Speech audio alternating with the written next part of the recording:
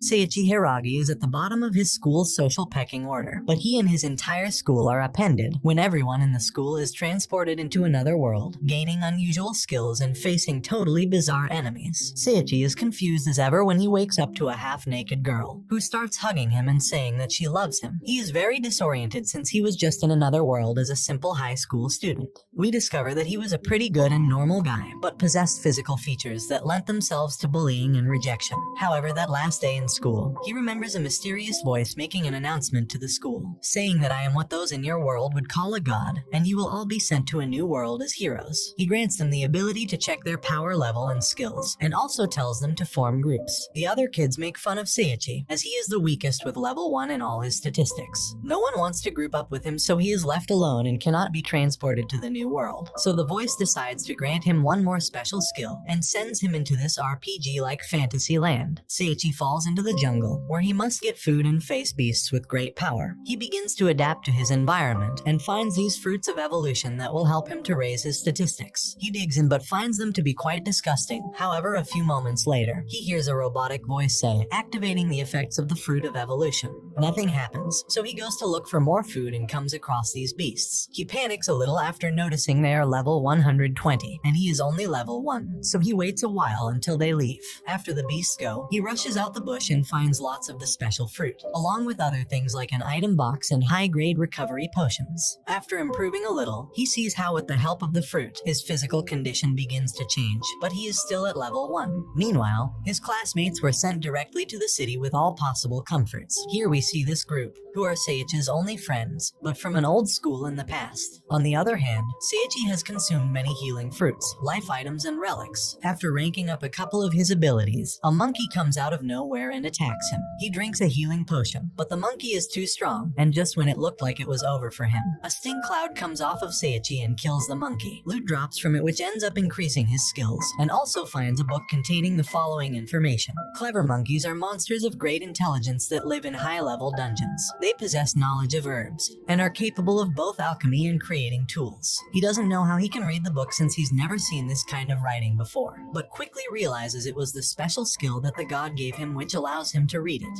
A few moments later, the robotic voice says, now commencing evolution, and Seiichi goes from being fat to slim. He also gains a huge boost in stats, however he is sad and surprised to see his evolution is still only 1 out of 10, even after defeating a level 120 clever monkey. 5 months go by, and Seiichi has started to get the hang of things. Everything seemed fine until a great level 7000 gorilla appears, who is the Kaiser Kong and boss of the clever monkeys. He arrives to challenge him and expects him to be weak. He throws a mean punch, but Seiichi manages to dodge it, which weirdly impresses the gorilla, as it is a female. Seiichi survives a flash fist from the gorilla, which impresses her even more, and tells Seiichi, I want strong males. He says, no thank you, you're a gorilla. The gorilla gets upset and says, I'm no gorilla, I'm Seiria. To which Seiichi says, why do you have the name of a pretty girl? And the gorilla blushes since he said pretty. Seiichi tries to destroy Seiria as he's not feeling her like that. However, he messes up by using his own ability on himself, confusing Seiria and embarrassing himself. Seiria hits him with the flash fist, but Seiichi manages to eat it and survive, which impresses Seiria. The gorilla ends up falling in love with Seiichi and takes him to her lair, where she begins to treat him as her husband. This bothers Seiichi, who prefers escaping. However, he ends up sharing too much with Seiria and she ends up growing on him, even taking a lot of affection for her, not for a relationship but as a great companion. Meanwhile, Seiichi's classmates were frustrated because they had to practice swinging a wooden sword every day and learn the basics. Back to Seiichi. He tries to escape from the forest. He's running fast to a dungeon as he thinks it's the only exit from the forest, and Seiria is chasing close behind to prevent him from getting away. Seiichi has to use his instant movement skill to escape, and ends up at the dungeon where he meets an undead, who is surprised to see that a human managed to reach his room. Seiichi checks and finds his level to be 1500, and the demon instantly tries to kill him. However, Seiria jumps in the way and takes the hit. Seiichi is in pain and screams Seiria, finally calling it by her name. He apologizes to Seiria for being so mean to her, and Seiria says you're actually kind, telling him to smile. After a few moments, Seiria dies and Seiichi loses control. He faces the undead demon lord with all his strength. Seiichi counterattacks non-stop, using all the skills learned in the last months. He declares his love for Seiria, and gathers all his strength to use his ocean impact ability, and that is how he defeats the great skeleton. Seiria's ghost is very sad and with the regret that she could not have her husband, and she gives him one last kiss that conveniently turns turns her into the beautiful girl from the beginning, which turns out to be the reward from defeating the Demon Lord, and also allowed him to level up and achieve his final evolution. His face changes and even his voice, thus forming the evolved protagonist who will break into this adventure. All of a sudden, a cute little thing called Mr. Sheep appears, who acts as an intermediary between levels and announces the rewards for completing the dungeon. They are being teleported to the outskirts of the forest, so Mr. Sheep gives Seiichi a helmet that later turns into a robe and Saria a simple dress. Saria is excited as she's never been outside the forest before, and Seiichi can't wait to start his new adventure. They join the Adventurers Guild, where the teachers ask him to pass an entrance exam, with a girl named Altria. At first, she seems like a mean and militant person, but it doesn't take long for us to discover that she only intends to do good. Altria manages to create a connection with Seiichi and Saria, opening up with them and gains more confidence in them. They take the exam required by the guild, where they both do well. However, things get complicated when they fall into a trap that teleports them to a dungeon full of tricks, where Seiichi and Saria are separated from Altria by a wall.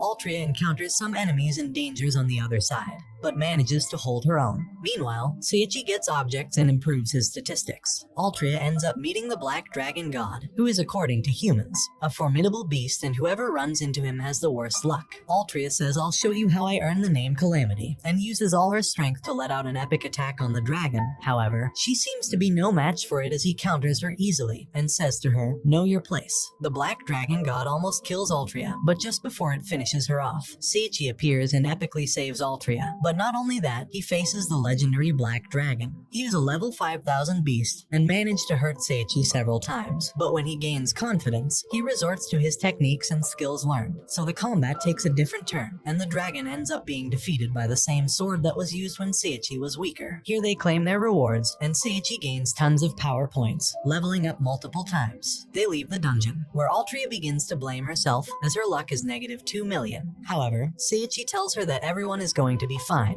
and the people from the guild, including him, love her. Seiichi doesn't rest until he manages to convince Altria that no matter what, they will always be there for her. Seiichi helps her by giving her a Ring of Happiness, a fantasy-grade item that will negate her curse and double her luck. In the end, Altria is confused by how many things that he is doing for her, so she begins to feel strange and avoids it. However, after some time, she decides to put this issue aside, and now as a member of the guild, Seiichi decides to look for information about the new world, realizing that the heroes summoned to kill the Demon Lord have their emperor as their director, who is a selfish guy that would do what is necessary to kill the demons. As we see a little later, he ends up using some mind control bracelets. However, for now, Seiichi is still on his own. He learns more medium level magic and takes a break to think about Altria, who at the same time finds herself confused in her feelings, so much so that her friend explains everything about love to her, making Altria realize she is in love with Seiichi. On the other hand, Seiichi realizes that he must clear things up, either by accepting the girl's feelings or by rejecting her. But he can't leave her like that, so the two meet, and before anything can be said, Altria kisses him and tells him that she knows he is not serious about her, since he has Saria, but she still loves him and wants to find a way to be with him. So with Saria's consent, Seiichi ends up accepting the two girls as companions. Everything calms down for now, until the guildmaster proposes him to get a horse, as they are a must-have, and will end up being very useful as an adventurer. So after some time, he manages to find this not very friendly donkey, but it seems to be very strong, so Seiichi decided to sign up with her to at least get a prize from the great tournament in the city. But from the beginning, things go wrong as the animal has been very poorly fed, so he decides to give it a fruit of evolution that not only activates it, but also raises all its statistics, thus gaining a lot of speed and killing all the competitors and obstacles in the way. So they end up winning the race, taking the recognition and being able to spend a day with the Valkyries, who are the strongest warriors of this kingdom.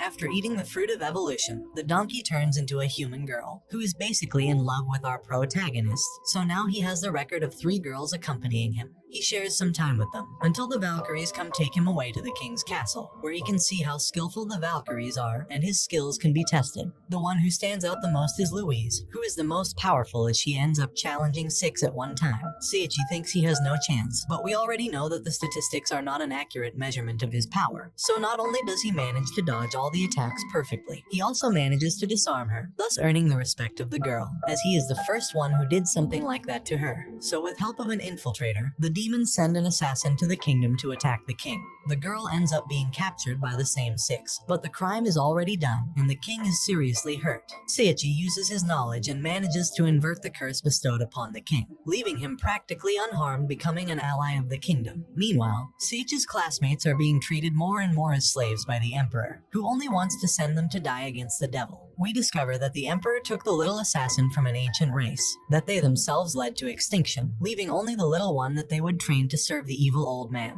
The little girl is more or less a victim, so our protagonist uses his magic to remove the collar from her neck, and she is very grateful for it as now she can finally be free and rest. Seiichi is then reunited with all the girls. He takes advantage of being with the Valkyries and trains a little, but Louise urgently asks Seiichi to take care of the king's protection, since enemies have appeared on the border of the kingdom and they must take care of it. He quickly accepts, and at first everything goes well. He even meets the legendary Barnabas and spends time with the king. However, a wave of demons sent by the infiltrator appear, which are a much higher level than what the kingdom offers. But this does not stop them from preparing for the attack. They defend their lands and somehow, the allies manage to not only maintain control of the situation, but also counterattack. However, the enemy has prepared a second wave that attacks from the bottom. Seiichi uses his abilities eloquently, making him look as if he were the true legend of the kingdom, and releases so much magic that it kills everyone, completely ending the combat and gaining him countless levels of power. Even Barnabas tells him that he could easily be a teacher at his school, which is the same one where all his classmates are. So now, he will meet again with everyone who discriminated against him for being the weakest. And here begins a new adventure for Seiichi and his harem of girls. So for now, he says goodbye to the kingdom to start his new path. And that brings the anime to an end. Don't forget to like and subscribe if you enjoyed, and turn on the notification bell so you never miss out on another video. See you in the next one. Take care.